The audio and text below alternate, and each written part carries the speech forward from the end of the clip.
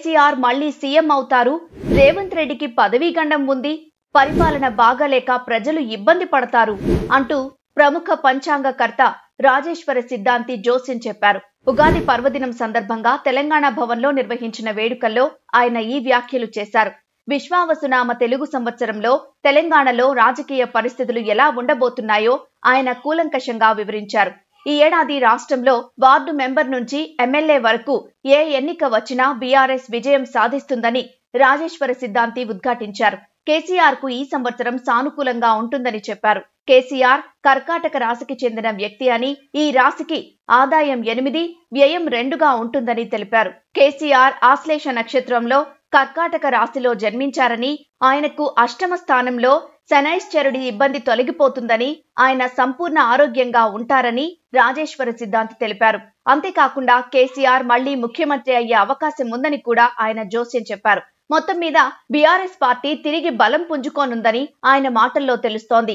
వీటితో పాటు రాజేశ్వర సిద్ధాంతి కొన్ని హెచ్చరికలు కూడా చేశారు.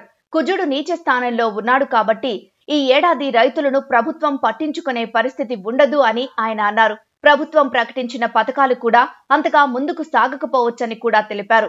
కుజుడి ప్రభావం వల్ల కొద్ది రోజుల తర్వాత రాష్ట్రంలో పోలీసు వ్యవస్థకు అధికారాలు ఎక్కువయ్యే అవకాశం ఉందని, ఈ సంవత్సరం చివరి వరకు ప్రభుత్వం అధికార దుర్వినియోగానికి పాల్పడతారని ఆయన అభిప్రాయపడ్డారు. చిన్న పరిశ్రమలు వృద్ధి చెందే అవకాశం ఉందని, ముఖ్యంగా వస్త్ర పరిశ్రమ ప్రగతి పథంలో ముందుకు దూసుకెళ్తుందని చెప్పారు. రియల్ ఎస్టేట్ రంగంలో ఒడిదుడుకులు తప్పవని, భూములపై పెట్టుబడి పెట్టేవారు జాగ్రత్తగా ఉండాలని, లేకుంటే నష్టపోయే ప్రమాదం ఉన్నదని హెచ్చరించారు. అలానే బీఆర్ఎస్ ది ధనస్సు రాశి అయినందున పార్టీతో పాటు ముఖ్య నాయకులపై మీడియాలో దుష్ప్రచారం పెరిగిపోతుందని, నాయకులు మీడియాతో మాట్లాడేటప్పుడు జాగ్రత్తగా ఉండాలని సూచించారు.